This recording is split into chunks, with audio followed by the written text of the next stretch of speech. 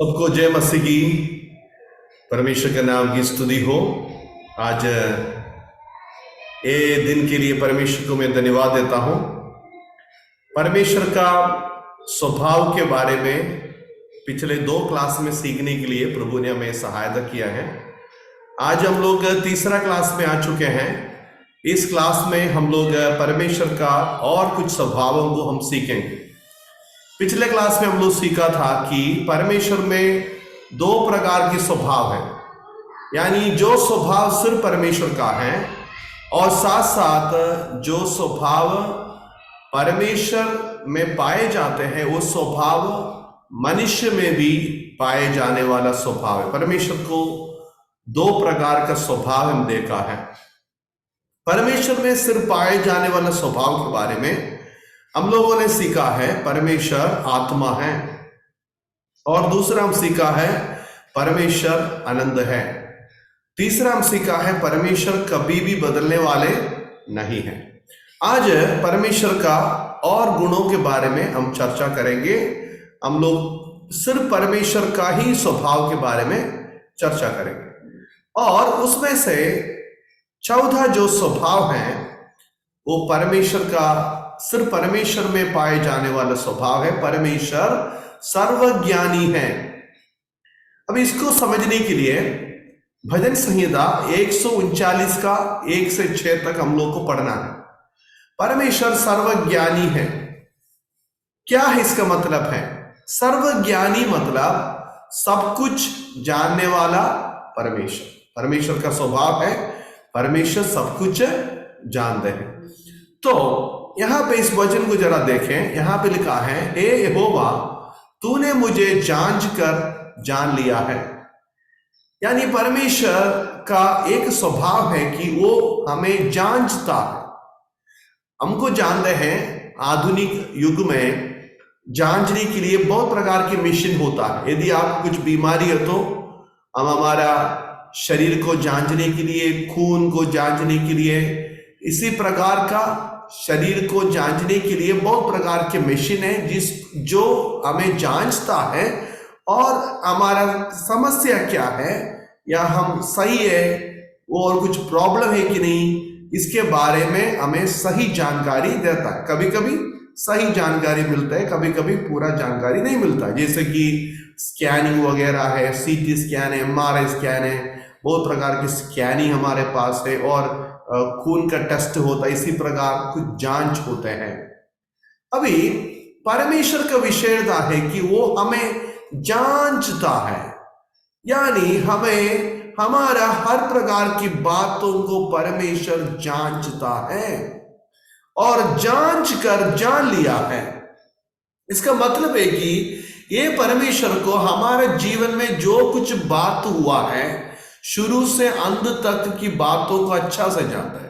हमारा मां का गर्भ में हम जन्म होने से पहले ही से वो हमें जान लिया है, और उस समय से लेकर आज तक, अभी आप इस शब्दों को, इस क्लास को सुनते हैं, उस समय तक का बातों को परमेश्वर अच्छा से जानता है और उन्होंने हमें जांच कर जान लिया है। हम लोगों को देख के बताते हैं उस व्यक्ति के बारे में हम जानते हैं, और मेरा पत्नी के बारे में हम जानते हैं, मेरा पति के बारे में जानते हैं। हम लोगों ने बोल रहे हैं हमको उसके बारे में जानता है, लेकिन सच में हमको जानता है? हो सकता है हम लोग एक दूसरों के बारे में थोड़ा सा जानते होंगे, हो सकता है 10% जानते होंगे, उसमें भी बहुत सारे बात गलत हो सकता है। लेकिन ये परमेश्वर का विशेषता है, ये परमेश्वर सब कुछ जानता है। हमारा विषय जीवन में, हमारा जीवन का हर एक विषय में परमेश्वर हर बातों को ये परमेश्वर जानता है। और क्या क्या परमेश्वर जानता है? मेरा उठना बैठना जानता है। यानी परमेश्वर को हमारा उठना बैठने से कोई मतलब है? जी हाँ, बाइबल कहते हैं हमारा उठना बैठने से भी परमेश्वर को मतलब है।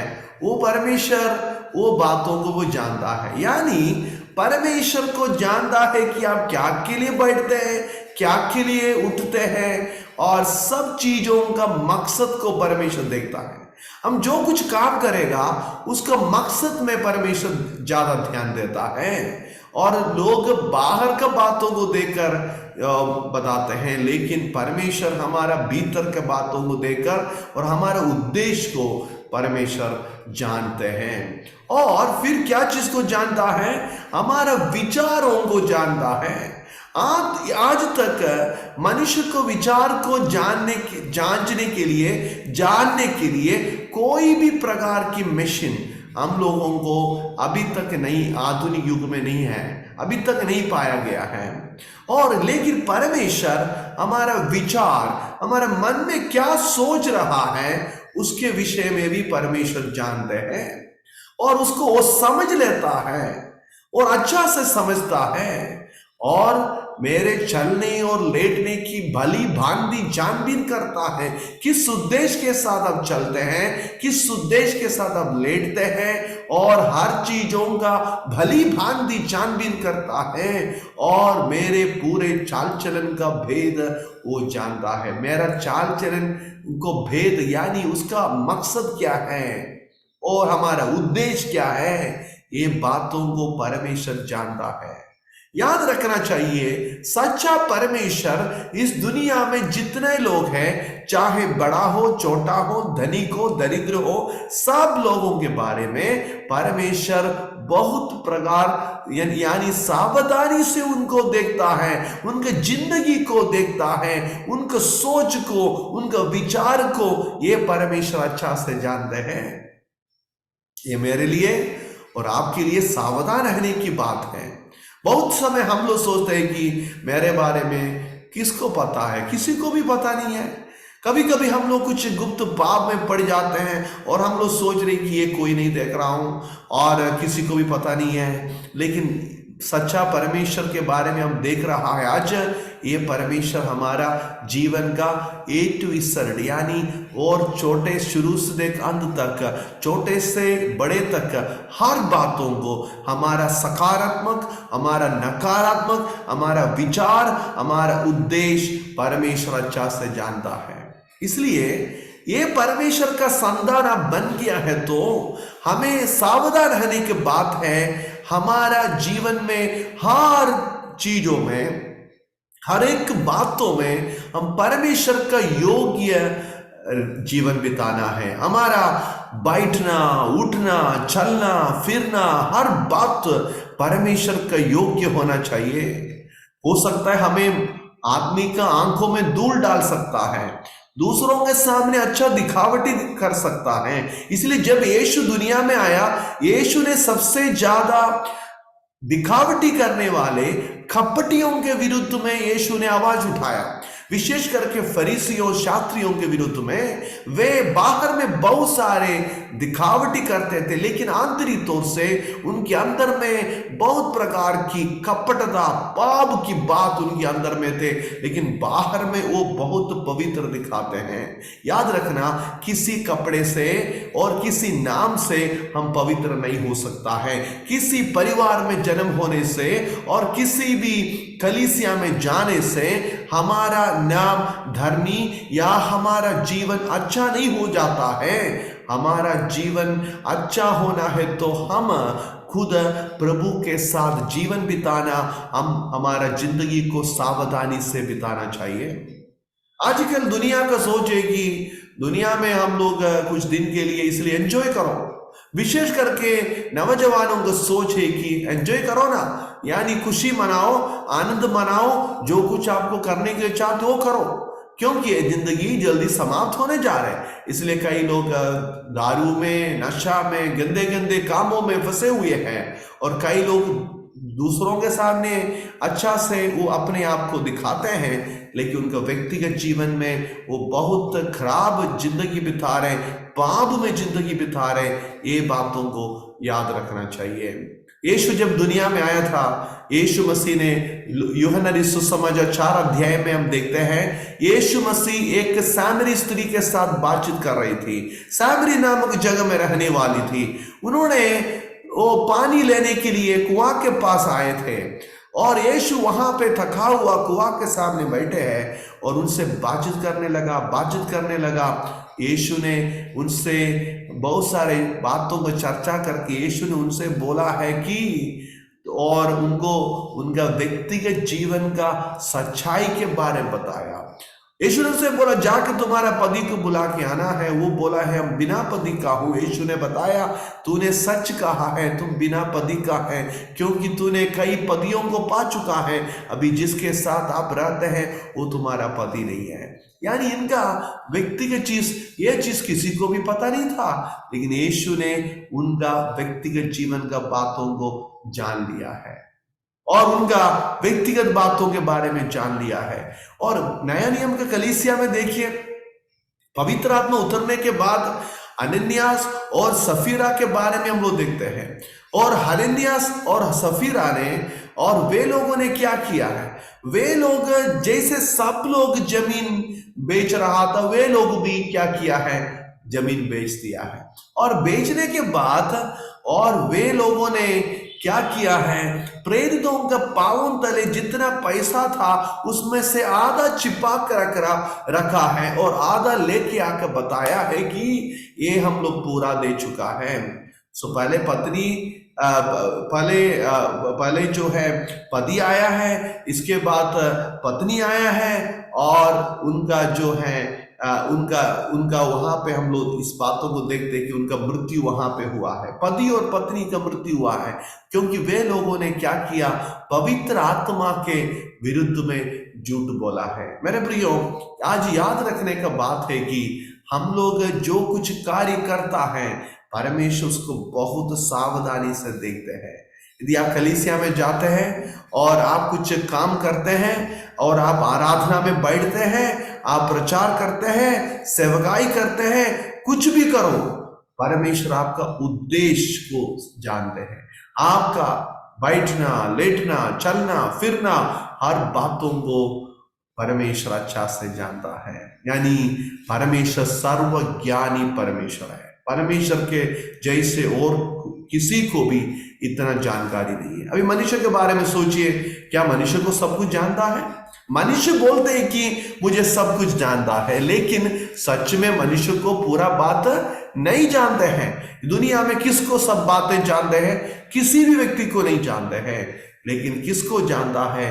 परमेश्वर, सर्वज्ञानी परमेश्वर है, उसको जानता है। यह हमें जोर देता है कि परमेश्वर का वचन सत्य है, उस पर विश्वास करो, क्योंकि प्रभु ने आपको बताने वाला सब बातों पर आप विश्वास कर सकते हैं, क्योंकि ये परमेश्वर सब कुछ जानने वाले हैं। परमेश्वर का जानकारी के अनुसार उन्होंने हमारे हाथ में पवित्र शास्त्र दिया है।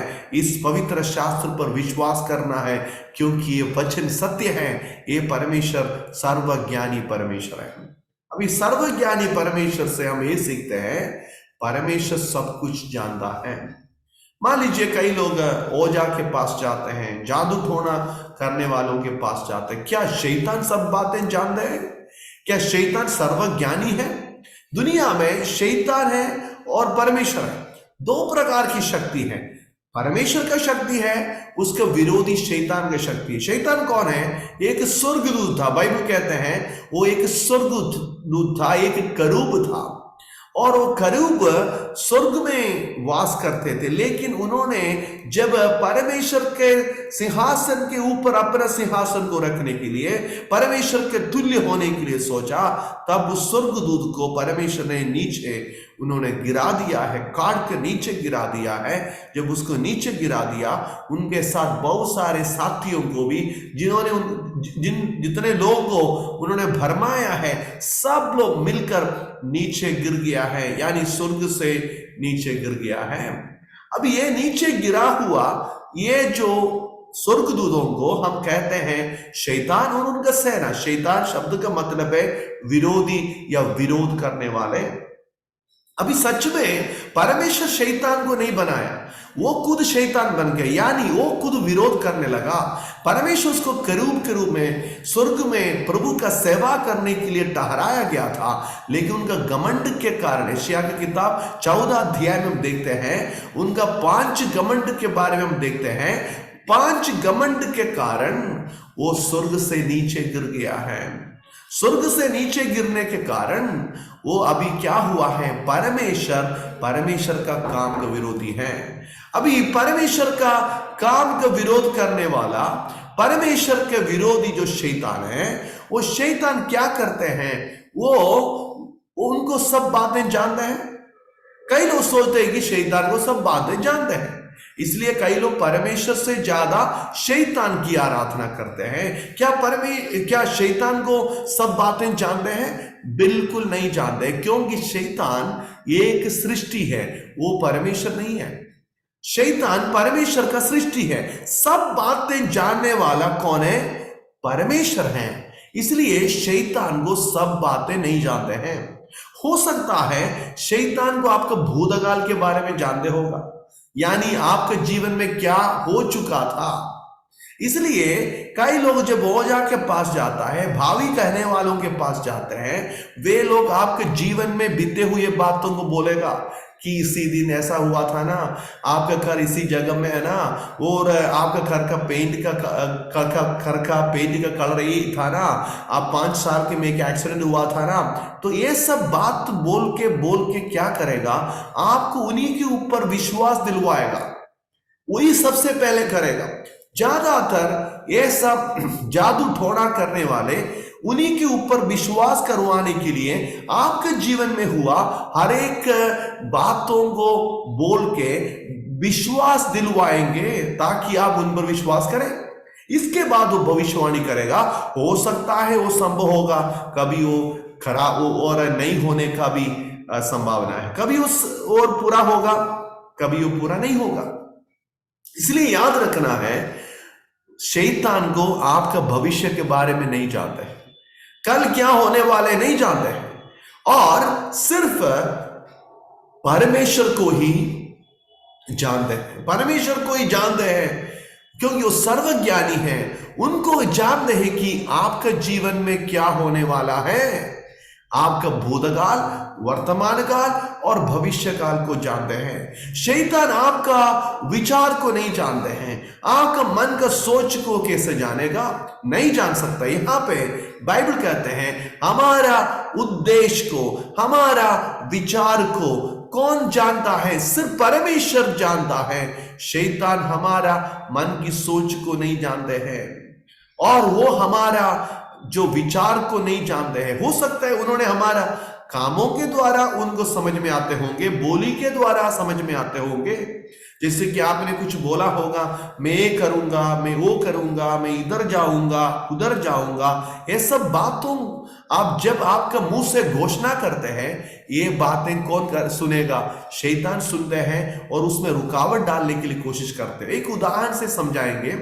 मान लीजिए आपने कुछ निर्णय लिया है। आपने निर्णय लिया है कि मैं हर दिन सुबह 5 बजे उठ के प्रार्थना करेंगे। तो आपने निर्णय लिया, मैं 5 बजे सुबह उठ के प्रार्थना करेंगे। तो आपने 5 बजे उठा और लगातार करते रहा, और आपका ये कामों को देख के शैतान आपको उसी दिन, अगला दिन 5 बजे रुकावट डालने के लिए कोशिश करे, क्योंकि वो प्रार्थना करना, वचन पढ़ने में उसको पसंद नहीं करते हैं, आराधना करना पसंद नहीं करते। विरोध करेगा, उसके विरोध में कुछ न कुछ बातों को वो लेके आएगा। लेकिन मान लीजिए आपने अपने कलीसिया में जाके, नहीं तो प्रचार में आप गवाही में आप घोषणा किया, मैं हर दिन 4 बजे उठ के प्रार्थना करते हैं, हर दिन 5 बजे उठ के प्रार्थना करते हैं, हर दिन 1 घंटा बाइबल पढ़ते हैं। इसी प्रकार कुछ आपने निर्णय को किसी के सामने घोषणा किया है, तो जरूर आप याद रखना है, शैतान उस बातों को सुन चुका है। वो क्या करेगा? आपको रोक डालने के लिए वो कोशिश करेगा। इसलिए मेरा कहने का मतलब है कि आज से याद रखना, शैतान परमेश्वर से बड़ा नहीं है। कई लोग शैतान को ज्यादा डरते हैं, परमेश्वर से ज्यादा शैतान को डरने वाले बहुत सारे हैं। इसलिए शैतान के बारे में बोलेगा तो लोग ज्यादा ताली मारते हैं और ज्यादा डर जाते हैं, लेकिन परमेश्वर के बारे में बोलेगा तो, परमेश्वर के विषय में कहेगा तो लोगों को उतना डर नहीं आता है और वे शैतान को डरते हैं। याद रखना, परमेश्वर से बड़ा नहीं है शैतान। परमेश्वर का संतान है आप परमेश्वर का संतान है तो आपको शैतान कुछ भी नहीं कर सकता है। यदि आपका बैठना, आपको उठना, मन की विचार, सब प्रकार की बातें परमेश्वर की इच्छा के अनुसार है तो शैतान आपके विरोध में कुछ भी नहीं कर सकता है। ये बातों को आप अच्छा से समझना चाहिए। यहां पे भजन संहिता 139 का 1 से 6 तक हम लोग पढ़ते हैं। यहां पे लिखा है, परमेश्वर हमारा हर एक बातों को वो जानता है, वो समझता है और हमें वो परखता है, यानी हमारा विचारों को जांचता है, भेद उनको जानता है। इसलिए याद रखना चाहिए, हमारा हर एक चाल चलन परमेश्वर के लिए भावता हुआ होना चाहिए, परमेश्वर की इच्छा के अनुसार होना चाहिए, हमारा उद्देश्य सही होना चाहिए। आप कलीसिया में क्यों जा रहे हैं? परमेश्वर देखते हैं आपको उद्देश्य क्या है। आप क्यों प्रार्थना करते हैं? परमेश्वर आपका प्रार्थना का उद्देश्य को देखता है, तब आपको प्रतिफल देगा। यदि यीशु ने बताया उपवास करने के समय दिखावटी नहीं करना, क्योंकि कई लोग दूसरों को दिखाने के लिए करता है, क्योंकि उसका उद्देश्य गलत है। उद्देश्य गलत है तो यीशु ने बताया उन लोग प्रतिफल पा चुका है, क्योंकि दूसरों से आदर मिलने के लिए सब कर रहा है। इसलिए यीशु बताते हैं उनको प्रतिफल पा चुका है, तो इसलिए परमेश्वर से उसको प्रतिफल नहीं मिलेगा। तो आप सेवा करते होंगे, क्यों करते हैं? पैसा के लिए करते हैं, मुझे कुछ मिलेगा इसीलिए। कलीसिया में जाते हैं, मुझे कुछ आर्थिक जरूरत पूरा होगा, मुझे उधर से कुछ मिलेगा, इसके कारण चंगाई, छुटकारा, पैसा ये है।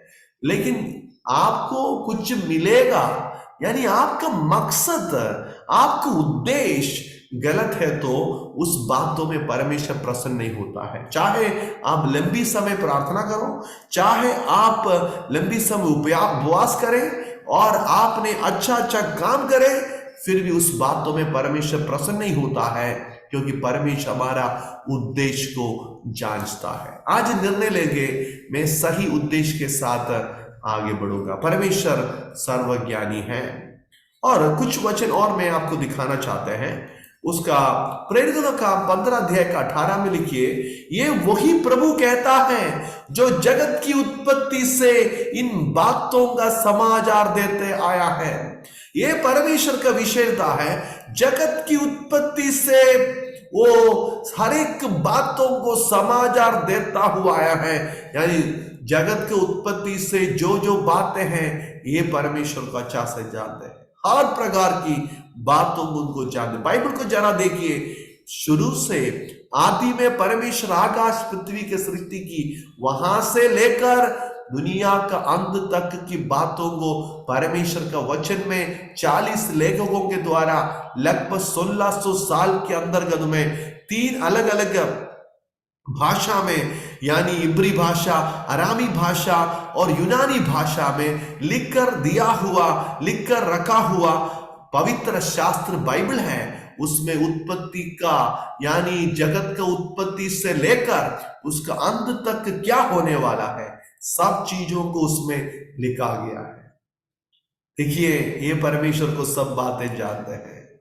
नेक्स्ट बात देखिए, भजन संहिता भजन 147 का 4 देखिए, वो तारों को गिनता और उनमें से एक एक का नाम रखता है।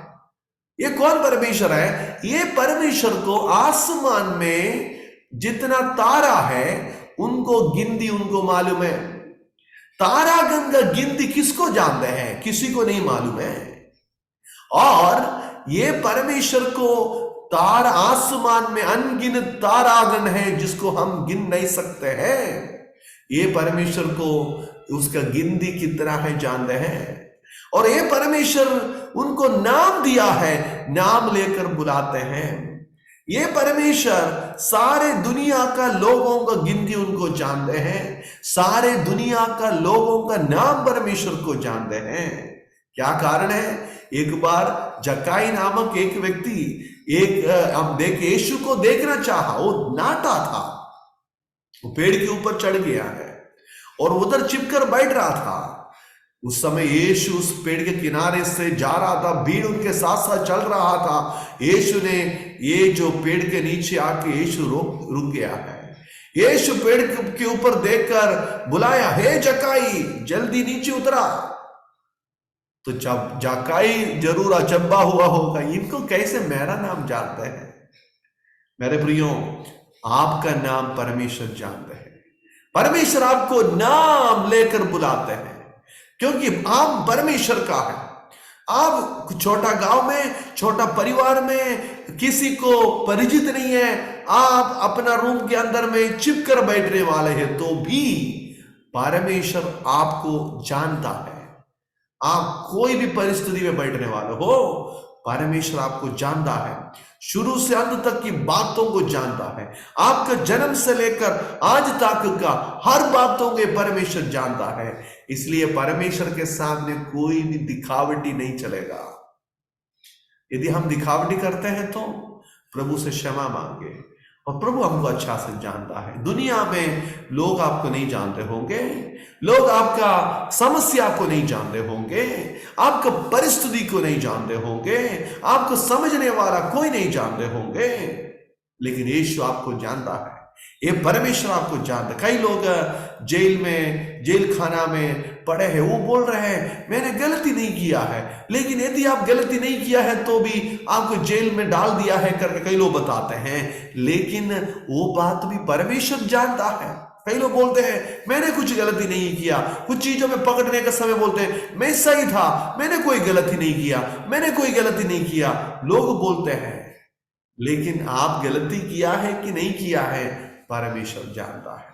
इसलिए हमारा कामों के अनुसार ये परमेश्वर प्रतिफल देता है। इसलिए भय भक्ति के साथ हमारा जीवन बिताना है, अपना मन मर्जी में, अपना इच्छा के अनुसार, दुनिया का रीति रिवाज के अनुसार नहीं, बल्कि हम निर्णय लेना चाहिए कि मैं परमेश्वर की इच्छा के अनुसार हम करेंगे। जब आप किसी को एक गिलास पानी पिलाते हैं, परमेश्वर क्या देखते हैं कि आपका उद्देश्य क्या है, किस मकसद के लिए आपने दिया है, परमेश्वर देखते हैं। आप 10 रुपया दान देता है, उद्देश्य परमेश्वर देखता है। कई लोगों ने हमसे कहा है सर हम बहुत सारे पाप करते हैं, बहुत सारे बुराई करते हैं, फिर भी मैंने परमेश्वर हमारे ऊपर क्रोधित नहीं होना, उसको थोड़ा खुश करने के लिए महीना में गरीबों को थोड़ा भोजन देता है और पैसा देता है, चंदा देता है, दान देता है। हम सोच रहा है कि उसके कारण मेरा पूरा पाप मिट जाए। बिल्कुल नहीं। हमारा दान से, दशमांश से, हमारा कुछ अच्छा कर्म से, हम जो किया हुआ कामों का जो सजा है उससे बच नहीं सकता है। इसलिए भले कामों के द्वारा प्रभु को प्रसन्न नहीं कर पाएगा। यानी आपने किसी को थप्पड़ मारा है, किसी को चोट पहुंचा है, इसके बाद उसको आपने कुछ पैसा दिया है और उसको थोड़ा सांत्वना देने की कोशिश की, हो सकता है वो आदमी ने उस बातों को भूलेगा। लेकिन इसी प्रकार परमेश्वर को आप अपना गलतियों के लिए उनको पैसा देकर, उनको अच्छा काम करके उसको शांत करने के लिए कोशिश मत करना, क्योंकि परमेश्वर हमारा उद्देश्य को, हमारा विचारों को अच्छा से जानते हैं। इसलिए ये सच्चाई हमें ये याद दिलाता है कि प्रभु के सामने किसी भी प्रकार की दिखावटी नहीं चलेगा। प्रभु के सामने हमारा हर एक बातों में वो सीरियस रहता है। कई लोग सोचते हैं कि कलीसिया में ही परमेश्वर है, इसलिए कलीसिया में आता है और उधर प्रार्थना करके, और कलीसिया बंद होते हैं और लाइट ऑफ होता है और पंखा बंद करते हैं, सब कुछ बंद करते हैं, ताला मार के चले जाते, प्रभु को बोलते प्रभु उधर बैठिए, आप मेरे पास मेरे साथ मत आइए, क्योंकि मैं बहुत गलत रास्ता में चलने वाले हैं, मेरा बातचीत, मेरा चाल चलन तो अच्छा नहीं है, आप कृपया कलीसिया में बैठिएगा, मेरे साथ मत आइए, क्योंकि आएगा तो आपको भी शर्म आएगा, क्योंकि मैं बहुत जगह में चलता हूं, फिरता हूं, घूमता हूं, बोलता हूं, ये सब आपके लिए, आपकी इच्छा के अनुसार नहीं। मैं संडे आ जाऊंगा आपको मिलने के लिए, तब तो इधर बैठे रहना। इसी प्रकार आप सोच रहे हैं, याद रखना परमेश्वर कोई भी जगह में सीमित नहीं। हम लोग पिछले क्लास में उसके बारे में चर्चा किया था। यानी परमेश्वर को कोई कलीसिया के अंदर में बैठाइए मत, वो ऐसा बैठने वाला नहीं है। ये परमेश्वर हमारे साथ साथ चलने वाले हैं, हमारे साथ साथ घूमने वाले हैं, हमारे बीच में वास करने वाले हैं। ये परमेश्वर हमारा विचारों को जांचने वाला परमेश्वर है। इस परमेश्वर के सामने हम अपने आप को समर्पण करें आज। अभी परमेश्वर का चौथा स्वभाव देखा है, परमेश्वर सर्वज्ञानी है, परमेश्वर को सब कुछ जानता है। मैं विश्वास करता हूं ये बात आप समझ लिया। अभी नेक्स्ट बात की ओर जाएंगे। परमेश्वर का नेक्स्ट विषयता है परमेश्वर सर्वव्यापी है। क्या इसका मतलब होता है? यानी परमेश्वर की उपस्थिति हर एक जगह में बराबर आता है। यानी ऐसा कोई जगह नहीं है कि परमेश्वर की उपस्थिति ज्यादा है और परमेश्वर की उपस्थिति कम है।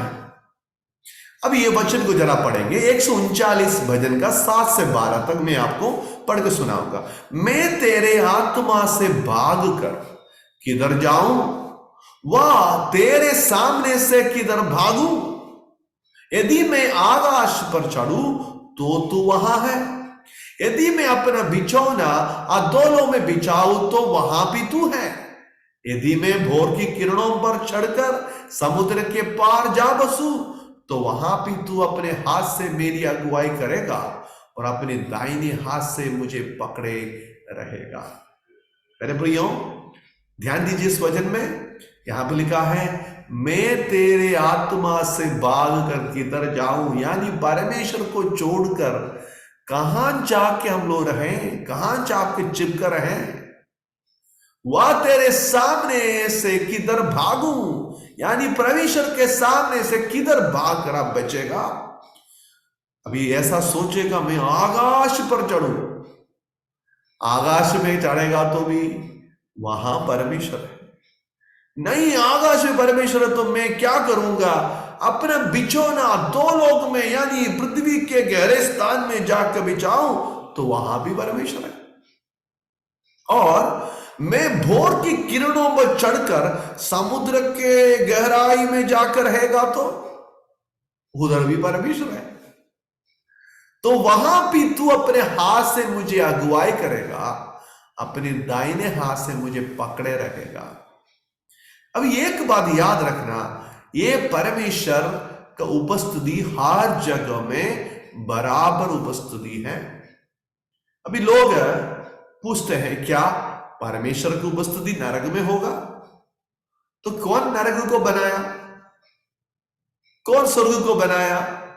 दुनिया में जितना जगह है यानी स्वर्ग हो, नरक हो, पृथ्वी हो, सब कुछ परमेश्वर ने बनाया।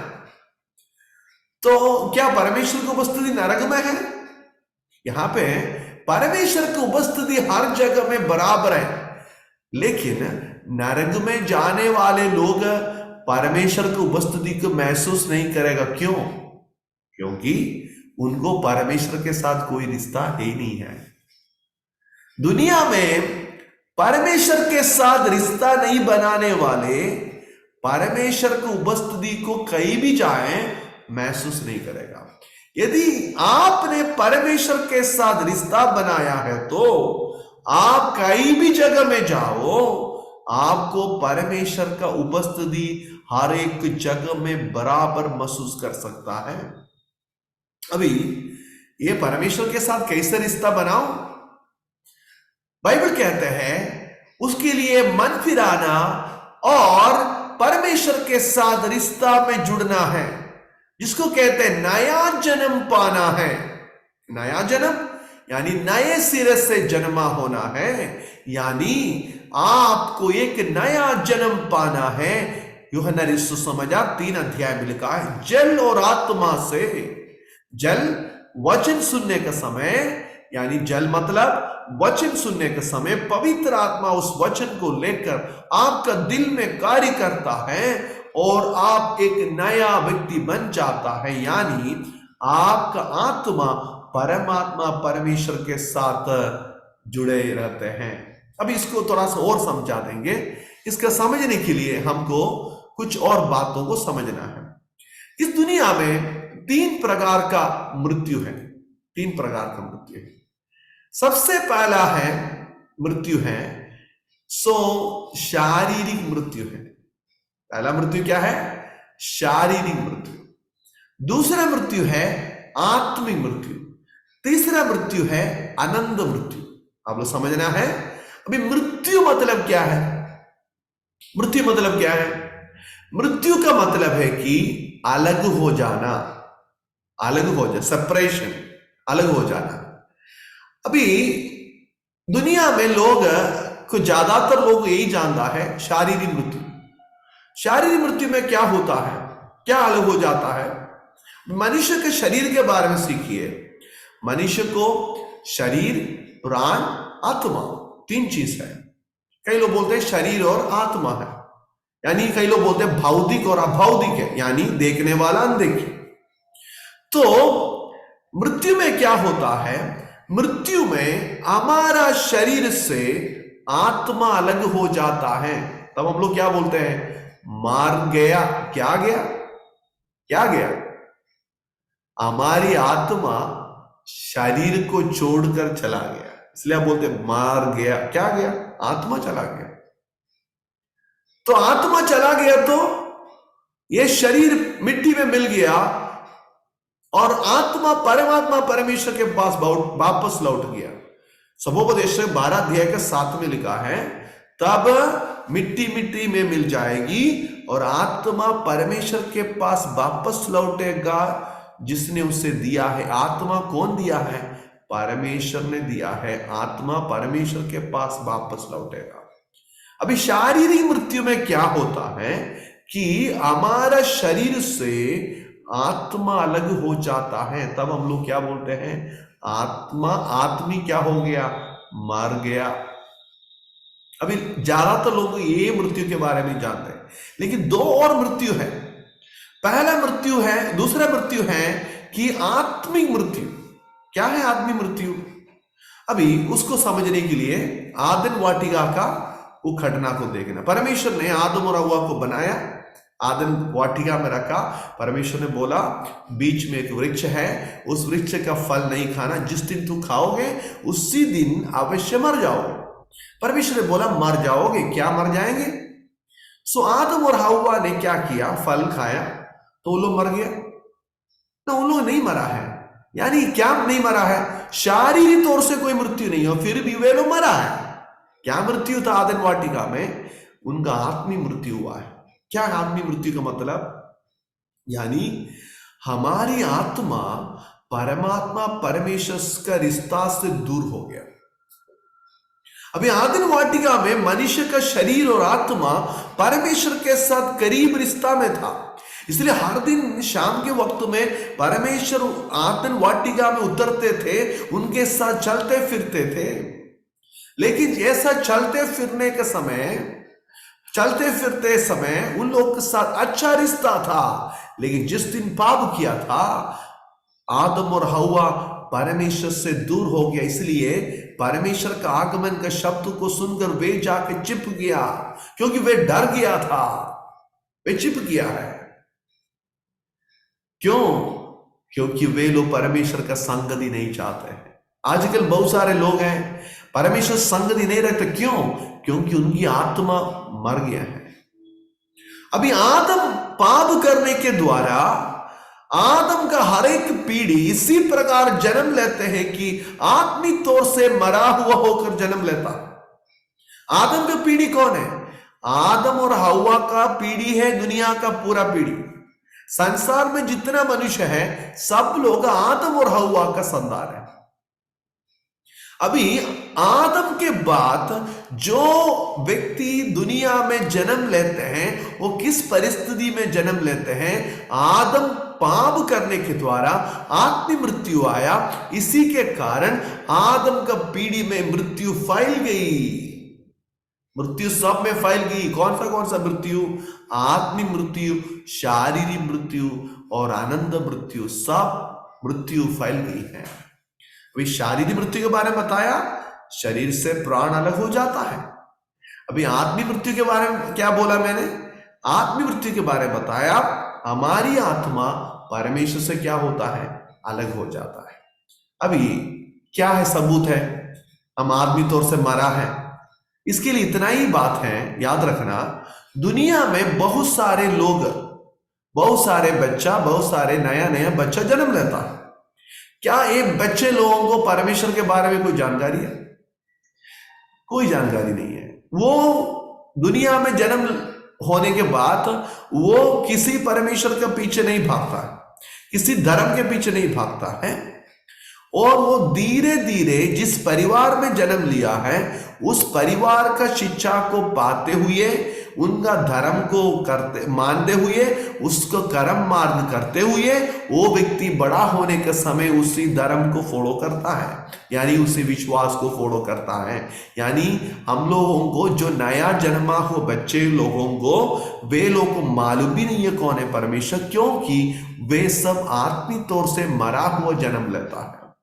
इसलिए हमको उनको समझाना पड़ता है, ये परमेश्वर इसके साथ रिश्ता इसी प्रकार बनाता है, सब चीजों को समझाना पड़ता है। इसलिए सारे लोग जो दुनिया में जन्म लेते हैं, सब लोग आत्मिक तौर से मरा हुआ होकर इस दुनिया में जन्म लेता है, आत्मिक तौर से मरा हुआ है। आत्मिक तौर से मरा हुआ होकर जन्म होने के कारण उनको परमेश्वर के बारे में कोई जानकारी नहीं है, उनकी आत्मा परमेश्वर से दूर है। इसलिए क्या करना, यीशु कहते हैं, इसलिए हर एक व्यक्ति को नया जन्म पाना है। यीशु नया जन्म के बारे में निकोदिमोस नामक एक पंडित से, यहूदी धर्म को मानने वाला पंडित से कहा। उन्होंने क्या कहा, मैं नया जन्म कैसे पा सकता हूं? क्या मैं मेरा मां के गर्भ में दोबारा घुस के और जन्म लेना? यीशु ने ऐसा बोला, ऐसा नहीं। यानी आपको दोबारा जन्म लेने का कोई जरूरत नहीं है, यह असंभव है। एक बार जन्म लिया, दोबारा मनुष्य होकर जन्म नहीं हो सकता है, लेकिन आपको नया जन्म पा सकता है। यानी आपको परमेश्वर के साथ रिश्ता में जुड़ सकता है। कैसे? परमेश्वर के साथ रिश्ता में कैसे जुड़ेगा? यूहन्ना 3 अध्याय में लिखा है, जल और आत्मा से। जब सच्चाई के बारे में आप जान लिया, आप पापी हैं, आपका पाप का मजदूरी मृत्यु है, लेकिन आपका पाप के लिए यीशु मसीह क्रूस मरा है। यीशु मसीह पर विश्वास करके, अपने पापों को अंगीकार करके, पापों से क्षमा मांग के यीशु के पास जो आएगा, उनकी आत्मा परमात्मा परमेश्वर के साथ उसी समय जुड़ जाएगा।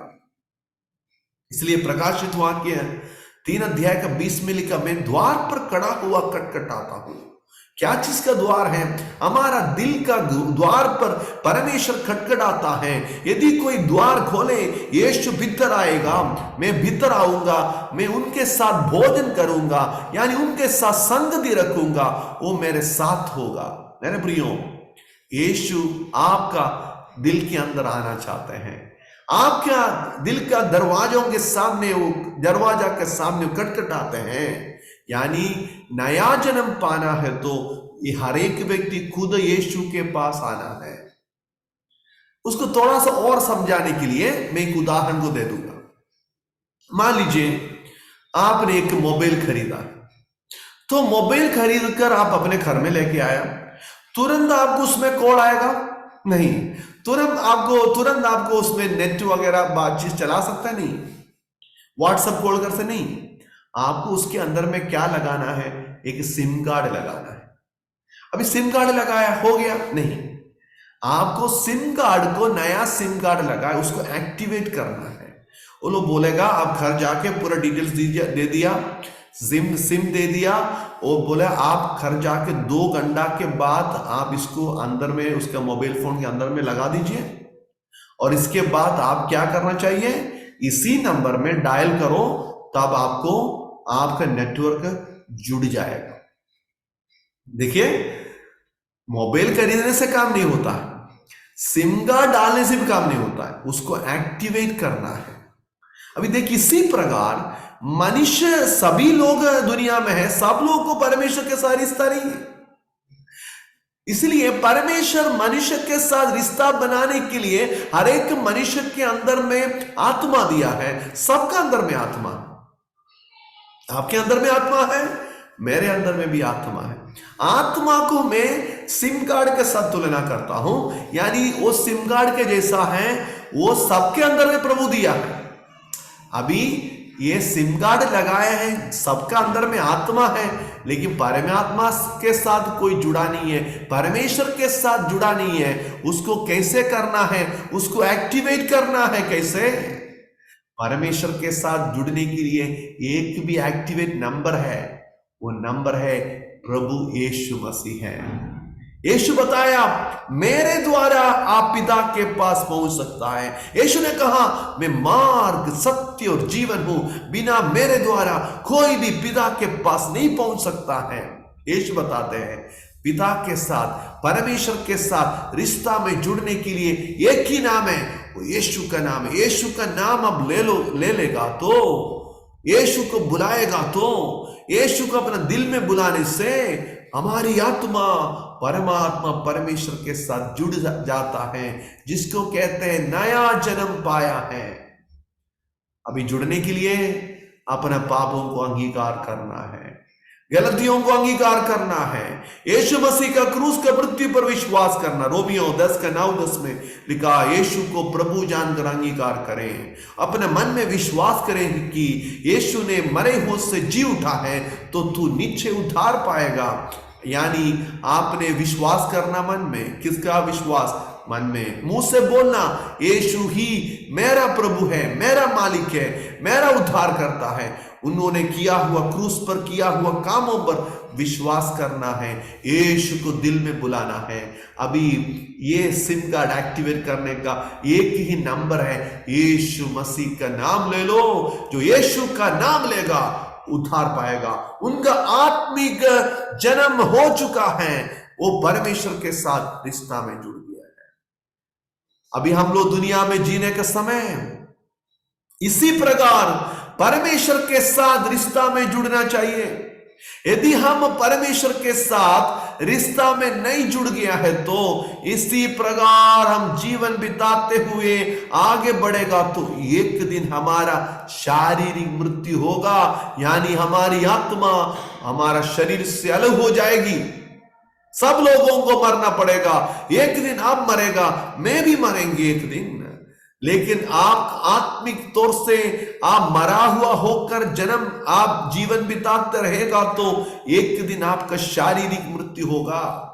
लेकिन शारीरिक मृत्यु के बाद आपको मन फिराने के लिए समय नहीं है, शारीरिक मृत्यु के बाद आपको नया जन्म पाने का समय नहीं है। अभी आपका शारीरिक मृत्यु के द्वारा आपको नया जन्म पाने का, यानी आत्मिक तौर से जन्म लेने के लिए सब प्रकार की मौका बंद हो जाते हैं, सब प्रकार की मौका बंद हो जाते हैं। फिर आगे आपको कोई चांस नहीं है। इसलिए आज है सुनहरा अवसर है, मरने से पहले हमें आत्मिक तौर से नया जन्म पाना है, यानी आत्मिक तौर से हमारी आत्मा परमात्मा परमेश्वर के साथ रिश्ता में जुड़ना। नहीं हो तो एक दिन हम मरेगा, फिर कभी भी परमेश्वर के साथ रिश्ता में नहीं जुड़ सकता है, जिसको कहते हैं अनंत मृत्यु, यानी वही है तीसरा मृत्यु। यानी अनंत मृत्यु मतलब आप परमेश्वर से हमेशा के लिए अलग हो जाता है। यानी अनंत मृत्यु का मतलब है हमेशा के लिए परमेश्वर से अलग हो जाता है। कितना दिन के लिए? हमेशा के लिए, जिसको कहते हैं अनंत काल के लिए। अभी नरक में कौन जाएगा? ऐसा लोग जाएगा जिनका आत्मिक तौर से जो नया जन्म नहीं पाया हुआ लोग, जो आत्मिक तौर से मरा हुआ लोग, एक दिन उनका शारीरिक मृत्यु होगा और शारीरिक मृत्यु के द्वारा वो अनंत मृत्यु में प्रवेश होगा, यानी कभी भी परमेश्वर के साथ रिश्ता में नहीं जुड़ पाएगा। वो उनका जगह है नरक, यानी जहां पे वो परमेश्वर के साथ रिश्ता में नहीं जुड़ पाएगा। परमेश्वर हर जगह में है, लेकिन ये व्यक्ति को जहां भी जाए परमेश्वर के साथ रिश्ता नहीं जुड़ सकता, क्योंकि उनका आत्मा आत्मिक तौर से मरा हुआ है, यानी प्रभु के साथ रिश्ता में नहीं जुड़े हुए हैं। इसलिए मेरे प्रियो, याद रखना चाहिए, यही है समय है प्रभु के साथ रिश्ता में जुड़ना है। यदि प्रभु के साथ आप रिश्ता में जुड़ गया, आप नया जन्म पाया, यीशु पर विश्वास किया, एक दिन मर जाएगा तो भी आपको डरने का कोई जरूरत नहीं है। इसलिए यूहन्ना 3:16 में लिखा, परमेश्वर ने जगत से ऐसा प्रेम रखा कि उसने अपना एकलौता पुत्र दे दिया, ताकि जो कोई उस पर विश्वास करे वो नष्ट ना हो। यानी यीशु मसीह पर विश्वास करके नया जन्म पाएगा तो कभी नष्ट ना होगा, परंतु आनंद जीवन पाएगा।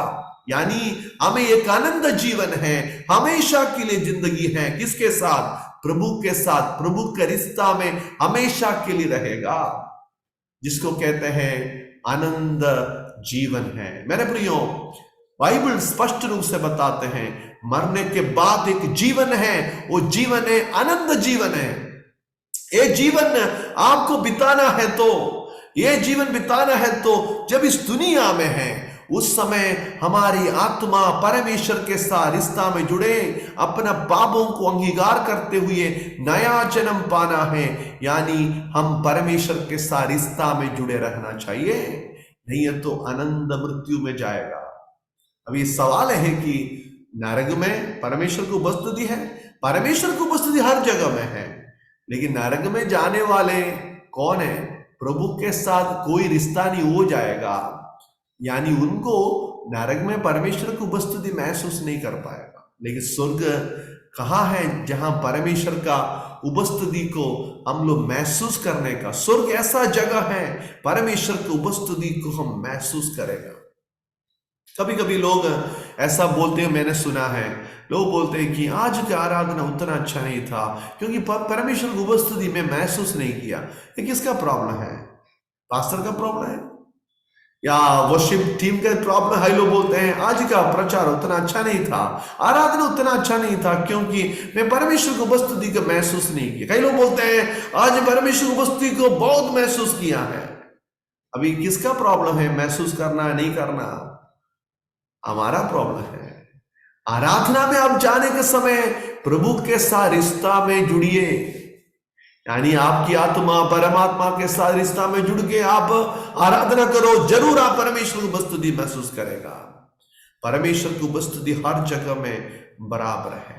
यानी आप जगह अकेला रहते हो, आप अकेला कोई काम करते हो, आपका नौकरी के क्षेत्र में, आपका परिवार के क्षेत्र में, आपका हर प्रकार की व्यक्तिगत या सीक्रेट लाइफ में, आपका गुप्त जीवन में भी परमेश्वर का उपस्थिति है। परमेश्वर की उपस्थिति को छोड़कर भागने के लिए दुनिया में कोई भी जगह नहीं है। ये बातों को कभी नहीं भूलना है। इसलिए ऐसा याद रखना चाहिए कि सिर्फ हम लोग बनाने वाला जगह में, हमारा कलीसिया में ही परमेश्वर है, बाकी जगह में परमेश्वर नहीं है, नहीं सोचना। तो जैसे आप कलीसिया में व्यवहार करते हैं, उसी प्रकार अपना घर में भी व्यवहार करना चाहिए। जैसे आप कलीसिया में व्यवहार करता है, जैसे परमेश्वर के भवन में आप व्यवहार करते, उसी प्रकार अपने मार्केट में, आपका दुकान में, आपका पढ़ाई का समय में, आपका स्कूल में, कॉलेज में, आप उसी प्रकार व्यवहार करना चाहिए। मुझे कई लोग ऐसा जानते हैं, वे लोग कलीसिया में आने के समय स्वर्गदूत जैसा है, अच्छा है, बहुत अच्छा है, तो प्रभु को उपस्थिति वहां, लेकिन कलीसिया छोड़ेगा तो कई लोग शैतान के जैसा है, यानी उनको परमेश्वर के साथ कोई रिश्ता नहीं है। मेरे प्रियो, आप अपना कॉलेज में, आपका स्कूल में, आप अपना घर में कैसे हैं? आपका काम का क्षेत्र में कैसे हैं? आप समाज में कैसे, अपने गांव में कैसे हैं? प्रभु इस बातों को देखते हैं। आपका घर के अंदर में कैसे हैं? आपका गुप्त जीवन में कैसे हैं? क्या परमेश्वर की उपस्थिति को महसूस करते हैं? ये उपस्थिति को महसूस करने के लिए क्या करना है? आत्मिक तौर से नया जन्म पाना है। एक बार आप नया जन्म पाया है तो हमेशा इस परमेश्वर के साथ रिश्ता में जुड़े रहना। परमेश्वर को छोड़कर भागने के लिए दुनिया में कोई भी जगह नहीं है, कोई भी जगह नहीं है। ये बातों को कभी नहीं भूलना है। अभी आगे वो बोल रहे हैं, यदि मैं कहूं अंधकार में तो मैं छिप जाऊंगा और मेरे चारों ओर का उजियाला रात का अंधेरा हो जाएगा, तो भी अंधकार तुझसे ना छिपाएगा, रात तो दिन के तुल्य प्रकाश देगी, क्योंकि तेरे लिए अंधियारा उजियाला दोनों एक समान है। यदि आप चाहते हैं कि मैं अंधकार में जाकर छिपेगा और परमेश्वर ज्योति है, वो ज्योति आएगा, आप जहां छिप गया है, जहां ज्योति आएगा तो अंधकार भागेगा। अंधकार क्या है सच में? The absence of light is darkness. यानी अंधकार का मतलब है कि लाइट का अभाव है। जहां लाइट नहीं है, ज्योति नहीं, वहां अंधकार है। अभी ज्योति कौन है? परमेश्वर। जिसके जिंदगी में परमेश्वर नहीं है वो अंधकार है। वहां पे अंधकार में क्या है? एक दूसरों को पहचानना नहीं, रास्ता नहीं मालूम, कंफ्यूजन है, झगड़ा है, समस्या है। परमेश्वर बिना जिंदगी इसी प्रकार का होता है, अंधियारा है। लेकिन परमेश्वर आएगा तो ज्योति आ गया है। जो परमेश्वर के साथ रिश्ता में बन के बीत गया है, रिश्ता में जुड़ गए हैं, उन लोगों की जिंदगी देखिए, पहले उनका बोली बहुत खराब था, अभी वो सही हो गया है। उनका चाल चलन, उनका चेहरा, उनका लेन देन, हर चीजों में वो सीधा हो गया। कैसे?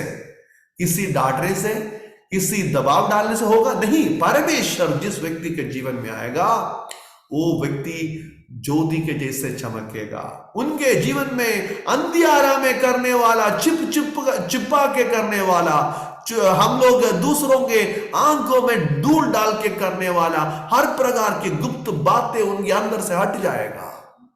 ये बातों को हम याद रखना चाहिए। मेरे चारों तरफ परमेश्वर, मेरे चारों ओर का उजियाला, रात का अंधेरा हो जाएगा। देखिए, और मेरे चारों ओर का उजियाला, रात का अंधेरा हो जाएगा, तो भी अंधकार तुझसे ना छिपाएगा। परमेश्वर से अंधकार छिपा नहीं सकता है। मेरे प्रिय, परमेश्वर ज्योति है। आप सोचिए, जहां परमेश्वर नहीं है वहां का जिंदगी इतना खराब है। जिस घर में परमेश्वर नहीं है वहां पे झगड़ा है, समस्या है। जिसके जीवन में परमेश्वर नहीं है वहां पे हर प्रकार की बुराइयां उस घर में है, उस जीवन में है। लेकिन परमेश्वर आएगा तो ज्योति आ गया। मान लीजिए मैं एक रूम में रहता हूं, मान लीजिए तुरंत उधर का लाइट कट हो जाता है, क्या होगा? उधर में कोई दिखाई नहीं देता है, क्या चीज रखा है, टेबल रखा है, कुर्सी रखा है, कहां जाना, क्या कर रहा, कुछ भी मालूम नहीं है। लेकिन जब तुरंत लाइट आ जाए पूरा जानकारी मिल गया है। यानी लोग अंधकार को पसंद करता है क्योंकि अंधकार में कुछ भी कर सकता है, यानी कोई नहीं देखेगा। अंधकार में किसी भी काम कर सकता है। लेकिन आप याद रखना, परमेश्वर जिसके जीवन में आएगा अंधियारा भाग जाएगा, सब चीजों को उसको दिखाई देगा। मेरे प्रियो, परमेश्वर से चिपकर रहने के लिए कोई भी स्थान इस दुनिया में नहीं है। ये परमेश्वर सर्वव्यापी परमेश्वर है। इसलिए हम लोग कलीसिया में ही आराधना कर रहा है, ऐसा कोई नियम कानून। यदि आप एक पेड़ के नीचे बैठकर 2 या 3 लोग आराधना करो, वहां परमेश्वर को उपस्थिति। यीशु कहा है, जहां 2 या 3 मेरे नाम इकट्ठे होते वहां मेरा उपस्थिति है। तो परमेश्वर, आप घर में बैठकर प्रार्थना करो, बस में बैठकर प्रार्थना करो, खेत में बैठकर प्रार्थना करो, हवाई जहाज में बैठकर प्रार्थना करो, किसी भी जगह में बैठकर प्रार्थना करो। यीशु कहते हैं, जहां 2 या 3 लोग मेरे नाम इकट्ठे होते, जहां भी इकट्ठे हो जाओ वहां पे मेरा उपस्थिति है। इसलिए हमको बड़ा मकान का जरूरत नहीं है, बड़ा चर्च का जरूरत नहीं प्रार्थना करने के लिए। जहां भी आप बैठे हैं वहां परमेश्वर की उपस्थिति है। इसलिए हमारा घर में, व्यक्तिगत जीवन में परमेश्वर की उपस्थिति को महसूस करना है। एक और बात बोल के मैं आज का इस सेशन समाप्त करेंगे। परमेश्वर सर्वशक्तिमान है। परमेश्वर का दूसरा एक गुण है कि परमेश्वर सर्वशक्तिमान है। क्या है इसका मतलब? है सर्वशक्तिमान का मतलब है कि परमेश्वर सब कुछ कर सकता है।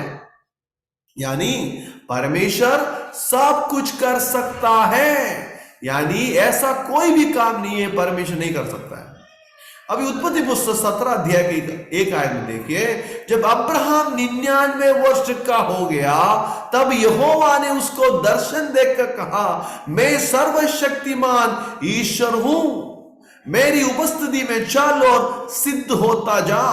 परमेश्वर उसको बताते हैं मैं सर्वशक्तिमान ईश्वर हूं। 99 वर्ष का था अब्राहम उस समय बताया, क्योंकि उसके पहले भी कुछ सालों से पहले परमेश्वर ने उसको वायदा किया था कि तुमको एक संतान मिलेगा, तुमको अपना पत्नी में तुमको एक संतान मिलेगा, वायदा का पुत्र को मैं देने जा रहे। परमेश्वर उसको वायदा किया था, लेकिन वायदा करने के बाद भी उनको संतान नहीं मिला है। अभी उसको 99 वर्ष का हुआ था, तब परमेश्वर फिर भी बता रहे मैं सर्वशक्तिमान ईश्वर है, मैं सर्वशक्तिमान ईश्वर हूं, मेरी उपस्थिति में चल और सिद्ध होता जा।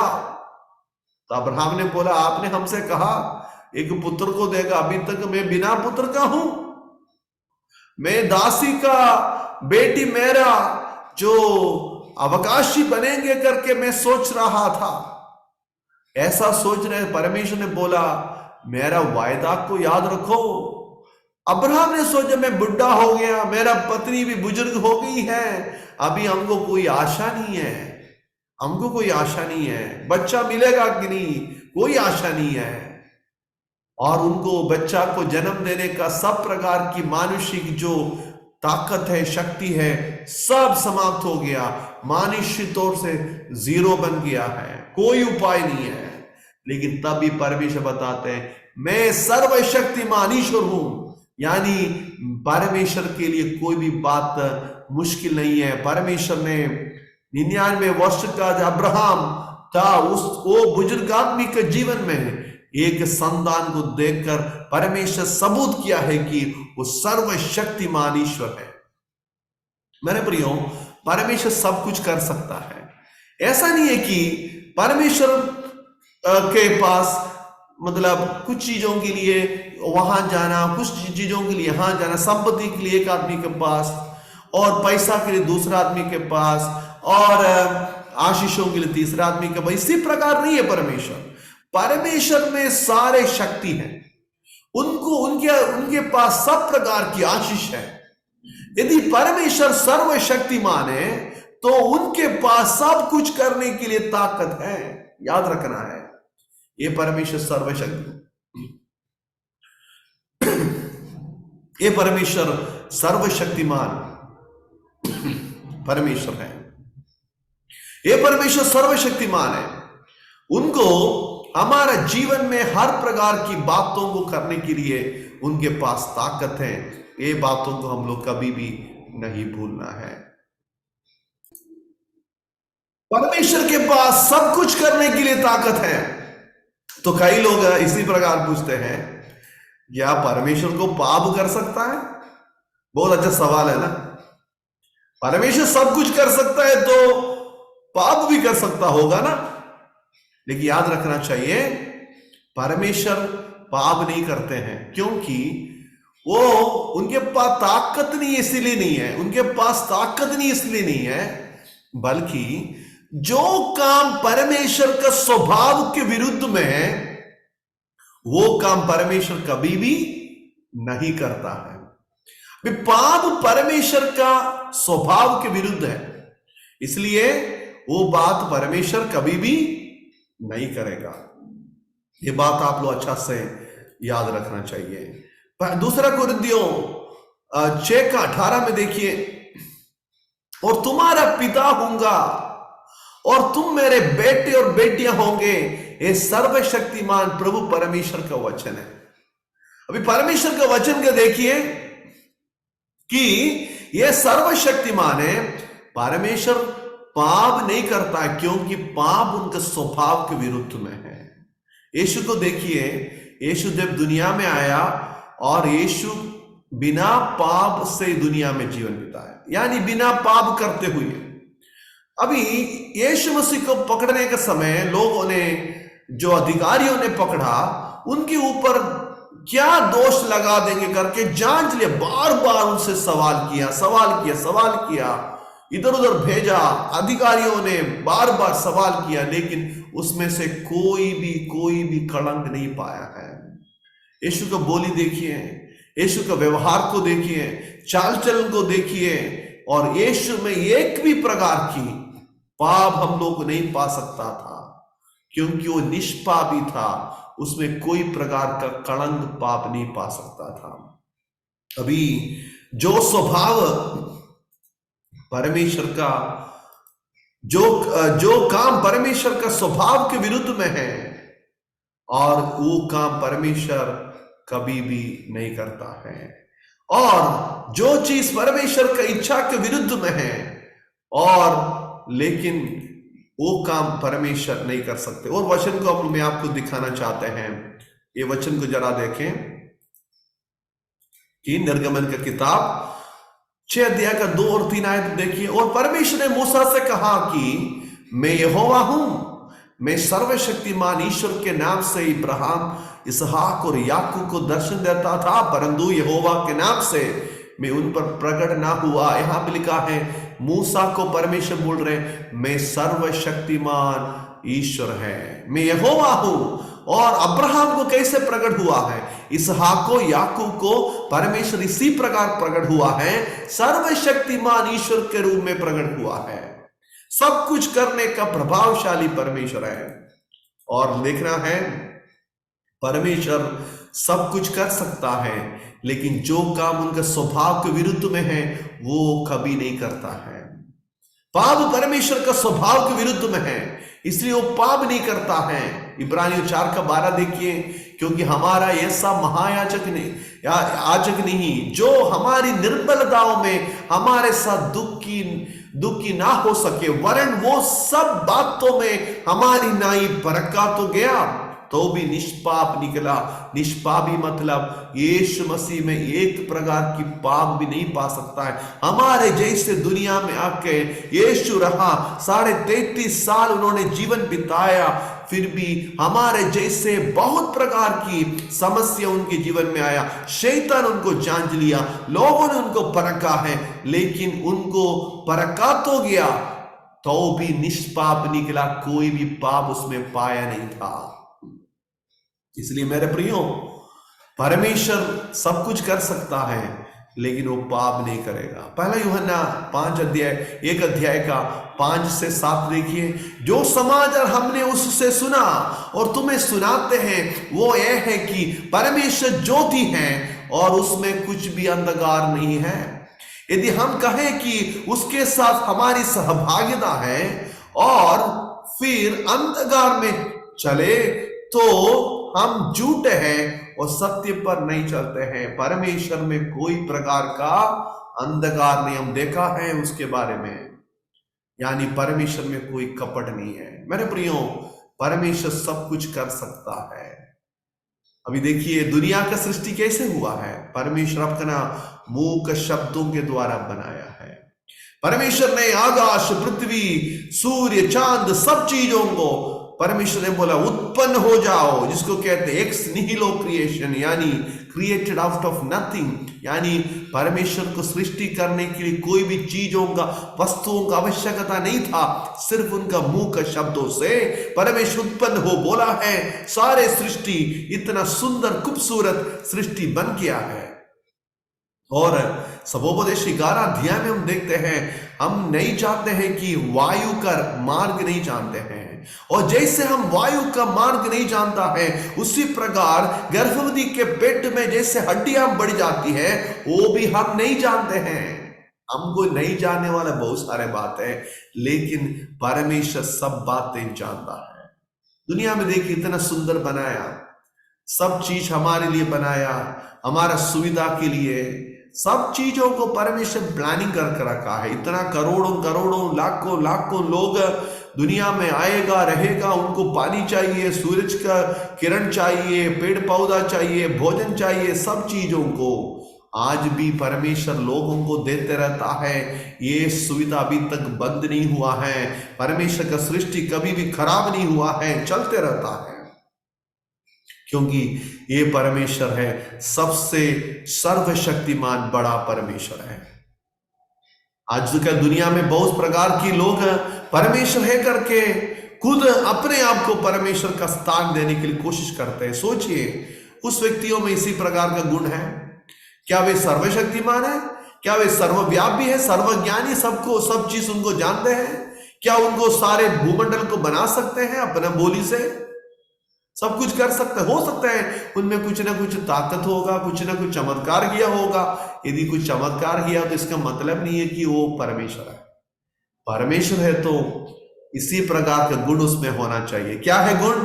परमेश्वर आत्मा है। दूसरा हम देखा, परमेश्वर आनंद है, उसको शुरुआत नहीं आंतरिक है, और परमेश्वर कभी भी नहीं बदलता है।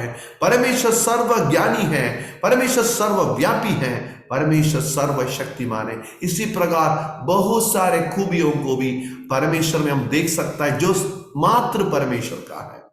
ये खूबी परमेश्वर को अनोखा बना देता है। इंग्लिश में परमेश्वर के लिए इस्तेमाल किया वो शब्द है गॉड, GOD।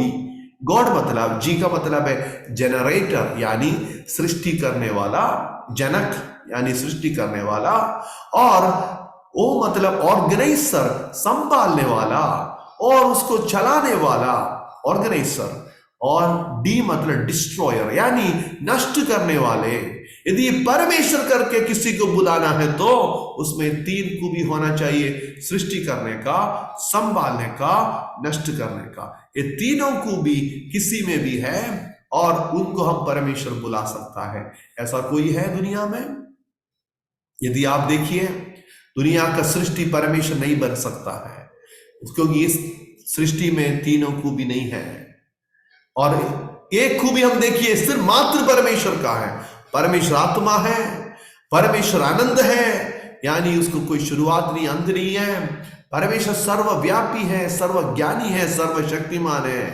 परमेश्वर कभी नहीं बदलता है। ये सब खूबियां आप किसी भी चीजों में, किसी भी वस्तुओं में पा सकते हैं तो परमेश्वर करके बुला सकता है, लेकिन हम ऐसा कोई भी चीज दुनिया में नहीं पा सकता है। इसलिए मात्र परमेश्वर का गुण है।